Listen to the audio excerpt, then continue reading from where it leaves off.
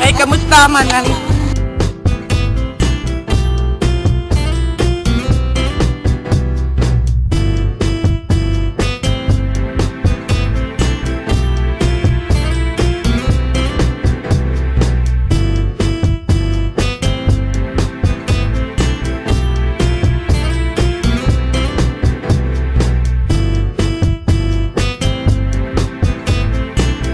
Meron na bang mga naitulong sa'yo ang Rotary Club of Makati San Lorenzo? May mga benepisyo na ba sila naibigay sa'yo? Unang-una, meron. Kasi unang-una yung kawayan. Yung giant bamboo. Tapos itong unang proyekto na papaya. Aba, malaki. Sa mga tao dito. Sa barangay. Malaki.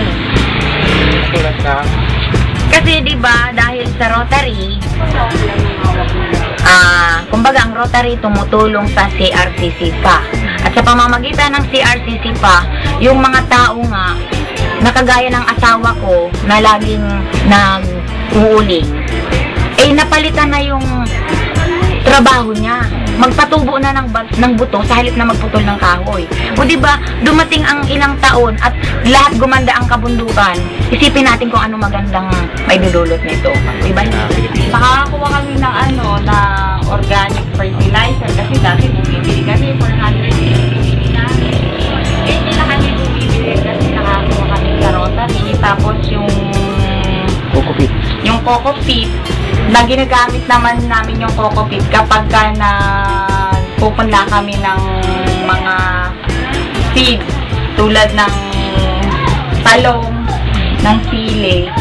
Tapos ang kagandahan pa, dun sa nakuha naming papaya sa Rotary, nagtanim kami ng sili sa pagitan. Kasi ang purpose namin doon, di man kami kumita sa papaya, kikita kami sa sili. Pero ang kagandahan din kasi kumikita na kami sa sili, kumikita pa kami sa papaya. Kasi pwede pala siyang intercrop doon sa papaya yung sili.